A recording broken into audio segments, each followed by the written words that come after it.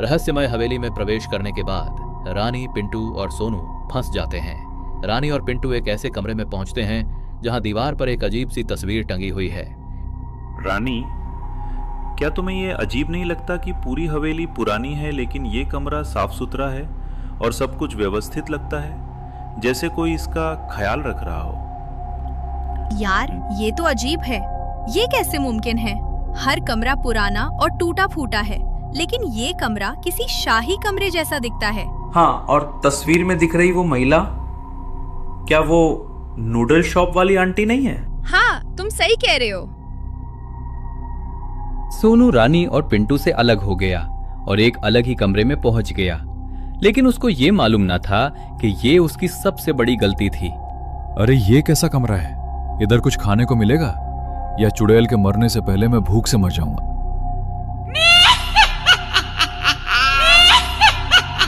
बेटे, क्या तुम्हें नूडल्स चाहिए? अभी तो तुमने पिछला हिसाब भी देना है। अरे, ये कैसी आवाज थी? ये तो सोनू की आवाज थी। चलो चलकर देखें, वो किसी समस्या में न फंस गया हो। जल्दी चलो।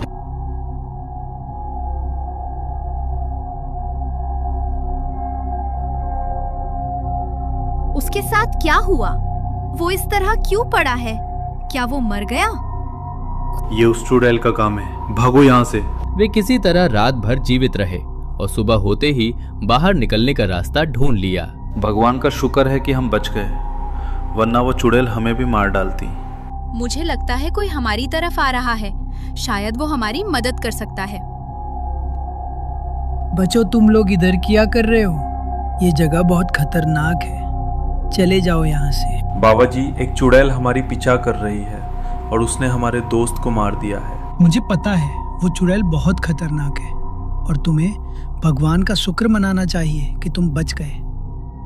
अब बेहतर यही होगा कि तुम अपने दोस्त को भूल जाओ और रात होने से पहले यहाँ से निकल जाओ, क्योंकि चुड़ैल कभी अपना बदला नहीं ले सकती। क्योंकि जिन 2 आदमियों ने उसे मारा था वे एक कार दुर्घटना में मारे गए और चुड़ैल को इसकी जानकारी नहीं है। हम उसे सच बता देंगे ताकि वो अपने क्रोध से किसी और को नुकसान न पहुंचाए। चलो, तुम्हारी मर्जी। मेरा काम था तुम्हें आगाह करना। अगर तुम मरना चाहते हो तो मैं तुम्हें नहीं रोकूंगा। रानी और पिंटू हवेली के तहखाने में गए और वहां उन्होंने चुड़ैल को रोते हुए पाया। वे बिना किसी डर के चुड़ैल के पास गए और उससे पूछा, तुम क्यों रो रही हो? तुम्हें क्या हुआ? क्या हम आपकी किसी तरह से मदद कर सकते हैं? हम जानते हैं कि आप बुरे इंसान नहीं हैं, आप बस बदला लेना चाहते हैं। हाँ, आप सही कह रहे हैं। मुझे न्याय चाहिए। मुझे मरने का हक नहीं था। यहाँ से थोड़ी दूर एक गांव है जहाँ मैं नूडल्स बेचा करती थी और एक दिन वे शैतान आ गए। वे सामान्य ग्राहकों की तरह दिख रहे थे। ओए आंटी, 2 प्लेट नूडल्स देना, मसाला मैगी देना, ठीक है ना? अरे भाई, क्या ये वही दुकान है जिसके बारे में तुमने मुझे बताया था कि वो पूरे गांव में सबसे स्वादिष्ट नूडल्स बेचती है? हाँ, यही दुकान है। आंटी, दे भी दो। कितना वक्त लगा रही हो तुम? नूडल्स पका रहे हो या हमारी शक्ल देख रहे हो? बेटा, बन गए हैं तुम्हारे नूडल्स। मसाला नूडल्स बननी थोड़ा वक्त लगता है। दोनों ने नूडल्स खा लिए और पैसे देने से इनकार कर दिया। चलो भाई, मुझे देर हो रही है, मुझे घर पर बहुत काम है और ये नूडल्स भी बेकार थे। अब मेरा मूड खराब हो गया। बेटे, मैंने नूडल्स ताजे बनाए हैं। तुम्हारा बिल 200 रुपए है। आपके नूडल्स का स्वाद बहुत ही खराब है। हम आपको 1 पैसा भी नहीं देंगे। फिर वे बिना भुगतान किए चले गए और बाद में उसी रात उन्होंने उस हवेली को जला दिया जिसमें हम रहते थे। और उस रात मैं, मेरे पति और मेरा बेटा उस आग में जलकर मर गए।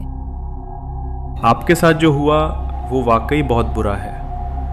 ऐसा किसी के साथ नहीं होना चाहिए। हाँ बेटा, जब तक वे दोनों मर नहीं जाते मुझे न्याय नहीं मिलेगा। चाची, उन दोनों की कार दुर्घटना में मृत्यु हो गई। भगवान ने आपका बदला ले लिया। फिर तो मुझे शांति से चले जाना चाहिए। धन्यवाद बच्चों। चुड़ैल उन्हें छोड़कर चली गई और वे खुश हो गए।